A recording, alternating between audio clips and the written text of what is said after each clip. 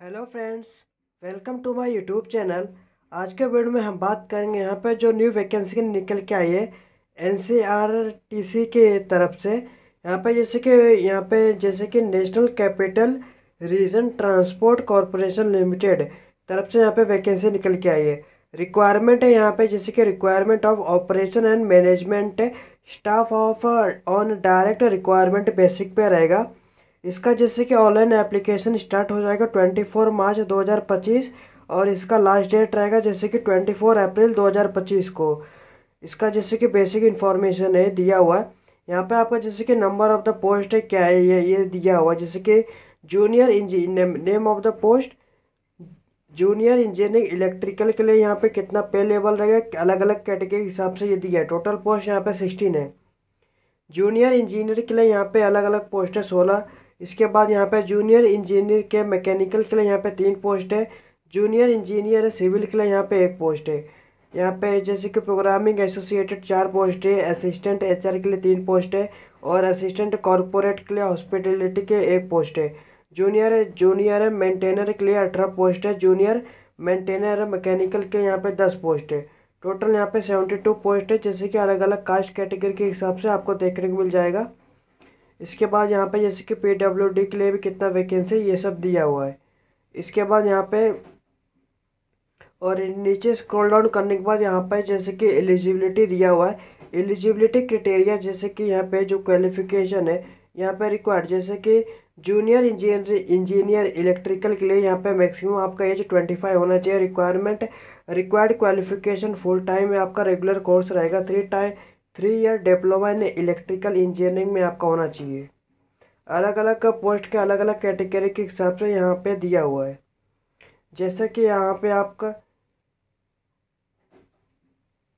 अलग अलग यहाँ पे अगर आप जूनियर इंजीनियरिंग कर रहे हो जैसे कि 3 साल आपको डिप्लोमा होना चाहिए इलेक्ट्रॉनिक इंजीनियरिंग में। इंजीनियर जूनियर इंजीनियर मैकेनिकल में जो मैकेनिकल इंजीनियरिंग 3 ईयर डिप्लोमा होना चाहिए। जूनियर इंजीनियर सिविल के लिए 3 साल डिप्लोमा होना चाहिए सिविल इंजीनियरिंग में। प्रोग्राम एसोसिएटेड में यहाँ पे 3 year diploma in computer science IT BCA और बीएससी कंप्यूटर साइंस और बीएससी आईटी होना चाहिए। असिस्टेंट एचआर में यहाँ पे जैसे कि 3 ईयर ग्रेजुएशन होना चाहिए इन बीबीए में और बीबीएम में।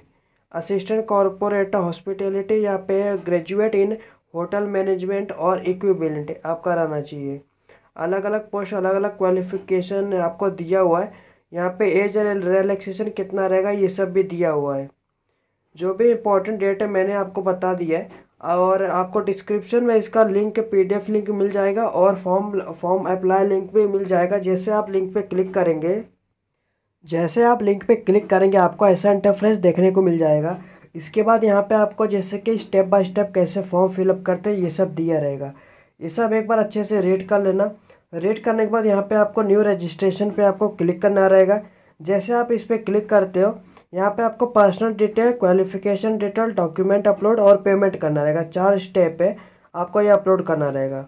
एकदम आपको नीचे आ जाने का। इसके बाद आई डिक्लेयर पे क्लिक करने का। इसके बाद स्टार्ट एप्लीकेशन फॉर्म पे क्लिक करना। जैसे आप इसमें क्लिक करते हैं आपका जैसे कि थोड़ा सा लोडिंग लेगा जैसे कि पर्सनल डिटेल आपको फिलअप करना रहेगा। यहाँ पे मोबाइल नंबर अपना डालना। मोबाइल नंबर पे यहाँ पे सेंड ओटीपी पे क्लिक करना। आपके मोबाइल पे एक ओटीपी आया रहेगा। उस वो ओटीपी यहाँ पे फिलअप करके सबमिट पे क्लिक करना। सबमिट करने के बाद यहाँ पे आपको फिर ईमेल आईडी आपको फिलअप करना रहेगा। फिर सेंड ओटीपी पे क्लिक करना।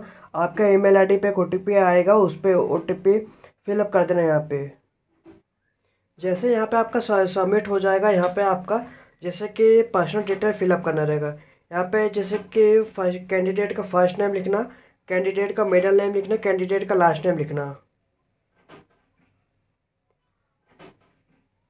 इसके बाद कैंडिडेट का मिडिल नेम नहीं रहेगा तो यहाँ पे कैंडिडेट का लास्ट नेम लिखना। इसके बाद यहाँ पे कैंडिडेट का फादर नेम लिखना, मदर नेम लिखना और यहाँ पे कैंडिडेट का जैसे कि जेंडर सिलेक्ट करना। यहाँ पे पोस्ट जिस पोस्ट आप अप्लाई करो उसका क्वालिफिकेशन आपके पास रहना चाहिए। आपका मोबाइल नंबर और पर्सनल डिटेल में अपना नाम, मोबाइल पापा का नाम, मम्मी का नाम, इसके बाद अपना नेशनलिटी, इसके बाद यहाँ पे आपको मोबाइल नंबर, ईमेल आईडी देखने को मिलेगा। इसके बाद यहाँ पे नेशनलिटी इंडियन सिलेक्ट करना, कैटेगरी सिलेक्ट करना जनरल। जो भी आप जो जिस भी पोस्ट में आप आवेदन कर रहे हो वहाँ पे आपको आपके कास्ट के हिसाब से जैसे कि देखने को मिलेगा कौन सा पोस्ट खाली है। नोटिफिकेशन में एक बार अच्छे से रीड कर लेने का है। अगर आप एक्स सर्विस मैन हैं तो यस पे क्लिक करना। जैसे आप यस पे क्लिक करेंगे आपका यहाँ पे डेट ऑफ जॉइनिंग देना रहेगा, और यहाँ अगर डेट ऑफ डिस्चार्ज और यहाँ पे जैसे कि डेट ऑफ बर्थ आपको देना रहेगा। अगर नहीं है तो यहाँ पे जैसे कि एक्स सर्विस में नहीं तो यहाँ पे नो पे क्लिक करना। जैसे आप नो पे क्लिक करते हो इसके बाद यहाँ पे आपको डेट ऑफ बर्थ फिलअप करना रहेगा। आप अपना डेट ऑफ बर्थ यहाँ पे दे देना।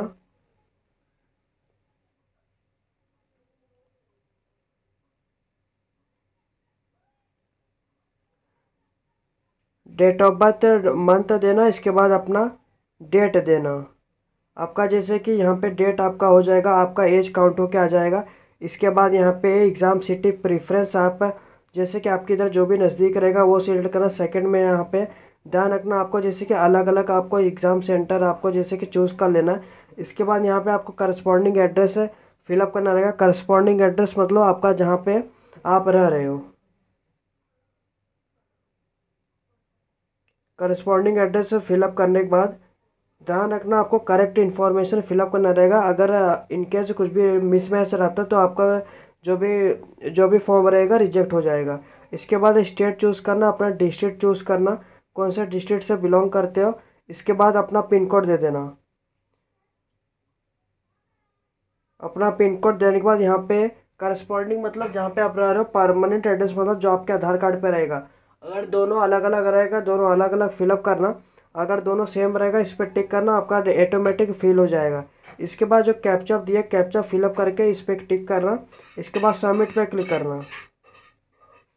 इसके बाद आपका जैसे सबमिट पे क्लिक करने के बाद आपका एक बार प्रीव्यू ऑप्शन ऑन हो जाएगा। आपने क्या क्या इन्फॉर्मेशन फिलअप किया है एक बार अच्छे से देख लेना। अगर आपको कुछ भी स्पेलिंग कुछ भी गलती हुआ रहेगा ये एडिट डिटेल पे क्लिक करके आप एडिट कर देना। अगर आपका सब सही रहेगा यहाँ पे कंफर्म डिटेल पे क्लिक करना। जैसे आप कंफर्म डिटेल पे क्लिक करते हो यहाँ पे फर्स्ट आपका जैसे कि वेब रजिस्ट्रेशन फॉर्म यहाँ पे कंप्लीट हो जाएगा। इसके नीचे यहाँ पे आपका पूरा नाम आपको देखने को मिल जाएगा। इसके बाद आपको अगर आपको कुछ भी दिक्कत हो रहा है तो हेल्प डेस्क का नंबर है, यहाँ पे क्लिक करके आप देख सकते हो। इसके बाद यहाँ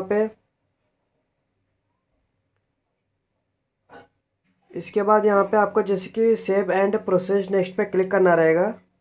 आपका पर्सनल डिटेल यहाँ पे जैसे कि कंप्लीट हो जाएगा। इसके बाद यहाँ पे क्वालिफिकेशन डिटेल यहाँ पे आपको फिलअप करना रहेगा। यहाँ पे आपका जैसे कि बेसिक इन्फॉर्मेशन जैसे कि छोटा सा आ जाएगा। इसके नीचे आने के बाद यहाँ पे आपका 10th का जैसे कि बोर्ड नेम आपको देना रहेगा, कौन सा आपका बोर्ड था। इसके बाद यहाँ पे आपको ईयर ऑफ पासिंग आपको देना रहेगा, कौन से ईयर में आप पासिंग किए थे। इसके बाद आपका परसेंटेज क्या आया था वो यहाँ पे आप जैसे कि दे देना। इसके बाद यहाँ पे आपका जैसे कि 12th का आपको देना रहेगा, बोर्ड का नेम दे देना।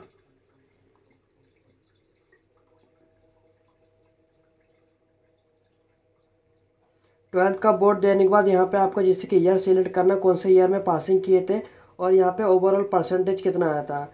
इसके बाद यहाँ पे आपको जैसे कि एसेंशियल क्वालिफिकेशन यहाँ पे जैसे कि आपको देना रहेगा, जैसे कि ITI हो गया, diploma, graduation, BE, BTech, BSc engineering, full time regular. ध्यान रखना जो भी आप फॉर्म फिलअप कर रहे हो आपको एक बार जिस भी पोस्ट आप अप्लाई कर रहे हो उस पोस्ट लिए आपको क्वालिफिकेशन आपको रिक्वायरमेंट है, एक बार नोटिफिकेशन उसके लिए अच्छे से देख लेना। इसके बाद यूनिवर्सिटी का नेम दे देना यहाँ पे, कौन सा यूनिवर्सिटी का नेम था। इसके बाद कॉलेज नेम यहाँ पे दे देना। इसके बाद यहाँ पे नेम ऑफ क्वालिफिकेशन यहाँ पे आप दे देना, जैसे कि मैं होटल मैनेजमेंट के लिए फिलअप कर रहा हूँ तो ये सिलेक्ट करूँगा। आप जो भी पोस्ट लिए अप्लाई कर रहे हो वो क्वालिफिकेशन आपको यहाँ पे आ जाएगा। ईयर ऑफ पासिंग आपका क्या रहेगा वो आ जाएगा यहाँ पे। इसके बाद यहाँ पे ओवरऑल परसेंटेज कितना आता है यहाँ पे वो आ जाएगा। इसके बाद पोस्ट ग्रेजुएशन अगर आपने किया तो ये फिलअप कर देना, और अदर क्वालिफिकेशन रहेगा तो भी आप ये फिलअप कर देना।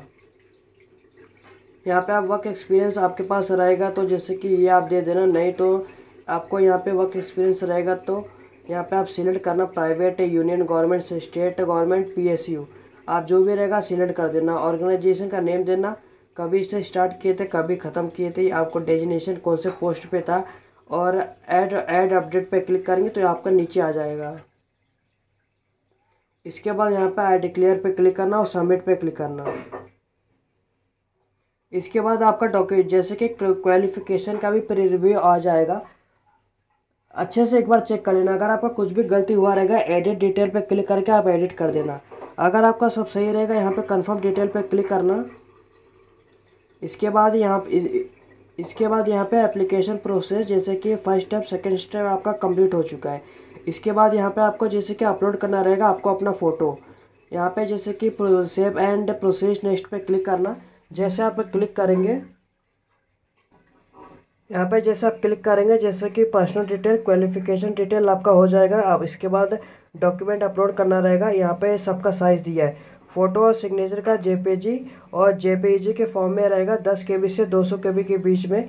इसका डायमेंशन रहेगा 3.5 सेंटीमीटर मल्टीप्लाई 4.5 सेंटीमीटर फ़ोटो का। सिग्नेचर का यहाँ पे 4 KB से 30 KB के बीच में, और 3.5 सेंटीमीटर मल्टीप्लाई 1.5 सेंटीमीटर ये रहेगा। अदर डॉक्यूमेंट के लिए जैसे कि 10 KB से 500 KB के बीच में आपको अपलोड करना रहेगा PDF के फॉर्म में। इसके बाद यहाँ पे आपको पहले जैसे कि फ़ोटो या फ़ोटो अपलोड कर रहे हो तो ये सिलेक्ट करना। इसके बाद फ़ोटो अपलोड कर देना। अगर आपको कुछ भी दिक्कत आता हो तो आपको डिस्क्रिप्शन में इसका छोटा सा लिंक मिलेगा, 4-5 मिनट का वीडियो रहेगा, आप वहाँ से जैसे कि जाके देख सकते हो। जैसे यहाँ पे अपलोड हो जाएगा, यहाँ पे आपका ऐसा आ जाएगा। इसी तरह यहाँ पे सेकंड में आप सिग्नेचर सिलेक्ट करना, सिग्नेचर अपलोड कर देना। सिग्नेचर भी अपलोड हो जाएगा। इसके बाद यहाँ पे आपको सिलेक्ट करना रहेगा 10th का सर्टिफिकेट। इसी तरह आप यहाँ पे 10th 12th essential qualification certificate, work experience जो भी आपने फिलअप किया रहेगा वो यहाँ पे अपलोड करना रहेगा। यहाँ पे सब अपलोड हो जाएगा तो यहाँ पे आपको ऐसा आ जाएगा। आप यहाँ पे इसे वेव करके देख भी सकते हो। अगर आपको कुछ डिलीट करना रहेगा यहाँ से डिलीट कर सकेंगे। इसके बाद इस पर क्लिक करना। इसके बाद आपको सबमिट पे क्लिक करना रहेगा। जैसे यहाँ पे आपको सबमिट पे क्लिक करेंगे, यहाँ पे आपका अपलोड डॉक्यूमेंट अपलोड हो जाएगा। लास्ट यहाँ पे पेमेंट आ जाएगा।